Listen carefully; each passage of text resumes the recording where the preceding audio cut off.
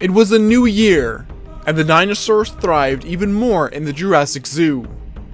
Last time, the audience was asked to come up with the names of 6 remaining Dimorphodons within the flying zone, and there were some great suggestions as always. Firstly, one Dimorphodon would be named Swoop, as suggested by viewer Novabolt. It was a very cute and pet-like name, fitting of this somewhat cute Dimorphodon. The same could be said for the next suggestion, which was Rudy by Gaming Indominus. Viewer Ross Graham came up with the name Zazu for one of the flyers as an homage to the Lion King. Viewer Order66 then came with, as his name suggests, a tribute to Star Wars by naming one of the Dimorphodons Solo. Mr. Random Roleplay then had the great idea of naming one of the critters Tiny, which was a very cute name, and finally viewer Jim the Beast suggested Flare, which was given to the final remaining Dimorphodon. Be sure to stick around to see which dinosaur you get to name next. The Canadian Jurassic Park was still a ways out from being finished, but there was not that much space left to build. For now, there was more than enough to see for the visitors, and despite the setback with the raptors, the visitor numbers were booming once more. The new flying dinosaurs were a 5-star attraction, but golden oldies like the mosasaurus or the hot springs were still in high demand as well. Thrill seekers even liked getting close to the raptor fences, despite science discouraging this. Since there was only a limited amount of ground left to build and excavate, the researchers and money holders needed to deliberate on what dinosaurs will be flown over.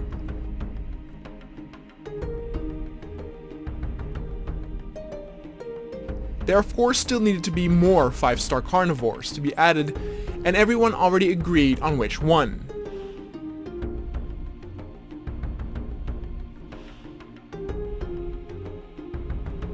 But before that, another smaller herbivore needed to be added first. In the past few weeks, some new discoveries were made by the scientists, and a handful of new dinosaurs were bred and created. One of those was the cute and small minmi.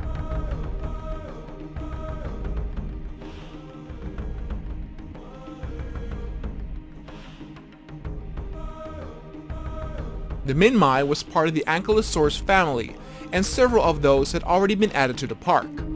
In a way, the minmi could be seen as the Australian version of the Ankylosaurus. It was therefore also that one of those minmi was called Woozy.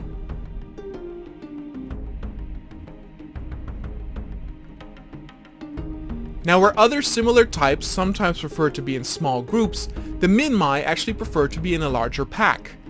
Their build was smaller and more horizontal than its brethren, with the exception that its hind legs were longer. So long in fact that they could properly run, something most of the other ankylosaur could not. For the longest time, scientists believed that they had a pretty complete image of what a minmi looked like, since the skeleton with even skin imprints had been found, but was later dubbed the Kumbarosaurus, when it was labeled a different species. Regardless, the scientists used the information that was available before that to complete the DNA strands to make this magnificent creature.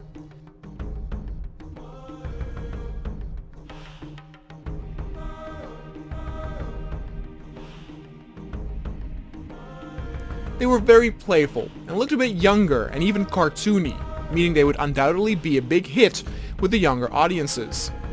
The minmi were placed furthest away from the entrance, currently in the eastern side of the park. The visitors would need to walk a bit to get there, but if they did, they would be greeted with the playful minmi group. They were built so horizontally that despite not being very small, they could still disappear in the tall grass. It was in that regard a good thing there were so many of them.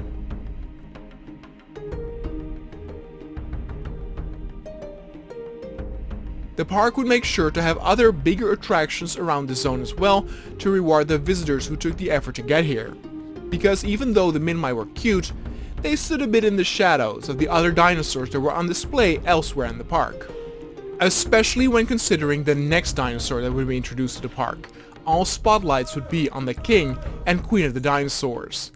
It was time yet again to introduce the world to the beauty and the ferociousness of the T-Rex.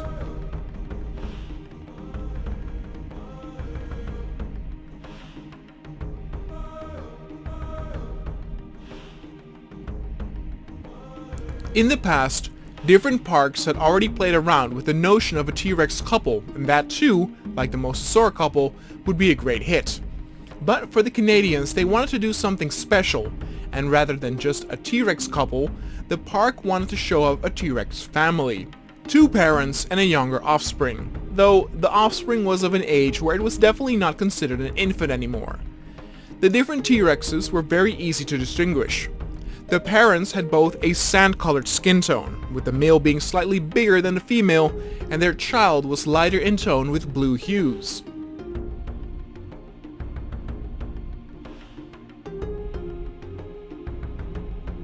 The blue color in its skin was especially fascinating, since it could mean that some of its ancestors might have had the same color pattern or bluish color, except these were artificially created, of course. There were no ancestors to speak of, and thus the coloring had to be caused by a particular DNA splice that was used to bring both parents to life. Now you might have already expected it, but this time the T-Rex family needed to be named by you, the viewer. We have the Mama T-Rex, the Papa T-Rex, and their single young. Please come up with a good name for these beautiful creatures and let me know in the comments down below.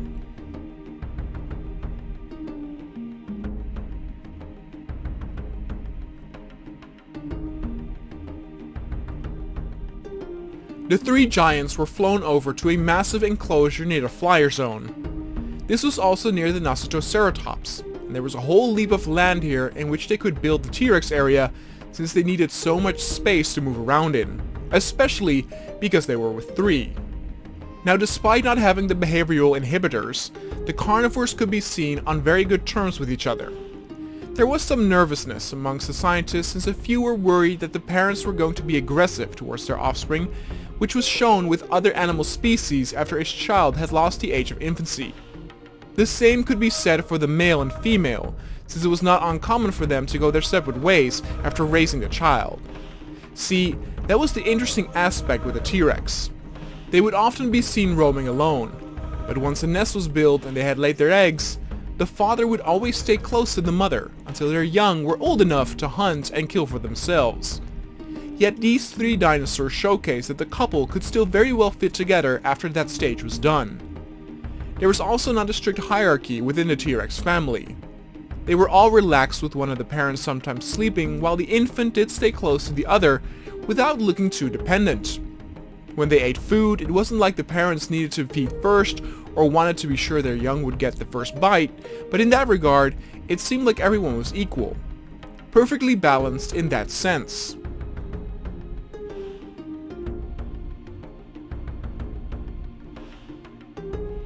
And thus the most famous dinosaur had been added to the park and people loved it. Everyone wanted to see the T-Rex family and wanted to get a glimpse or maybe a selfie with all 3 in the background, something that actually was still pretty rare occurrence. Now with these kings settled inside the park, it was time to add another herbivore to populate the eastern side of the zoo.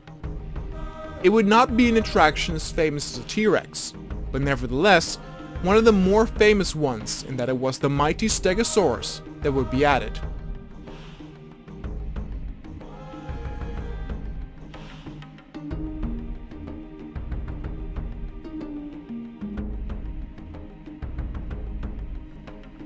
The stegosaurus was amongst the Triceratops, Raptor, and T-Rex honestly one of the most famous and well-known dinosaurs that would roam this park. Even though some of the visitors had laid eyes upon these giants multiple times, it still was an incredible sight to behold, with how majestic and awe-inspiring they looked. Their giant plates along their spine made them look so much larger than they were, and the dangerous-looking spikes at their tail demanded respect.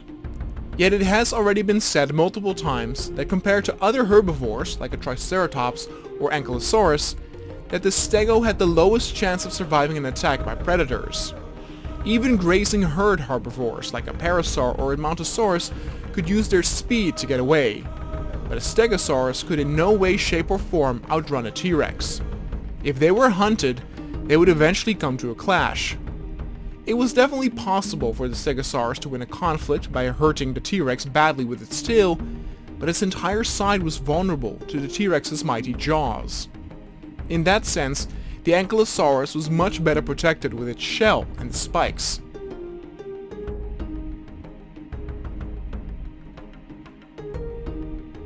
A group was being brought over, and what people might not know is that the stegosaurus could be very cranky.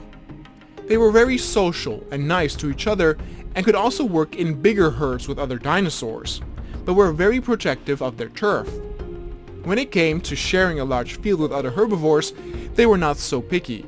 But if a small group of stegosaurus lived in the forest, it would get very agitated and aggressive if it sensed another dinosaur in its territory. In that regard, it could be labeled as the hippo amongst the dinosaurs. A dinosaur that might be seen and known as pretty docile and friendly, but capable of killing many more intruders as initially thought. Unless those intruders were something big, like a T-Rex for example.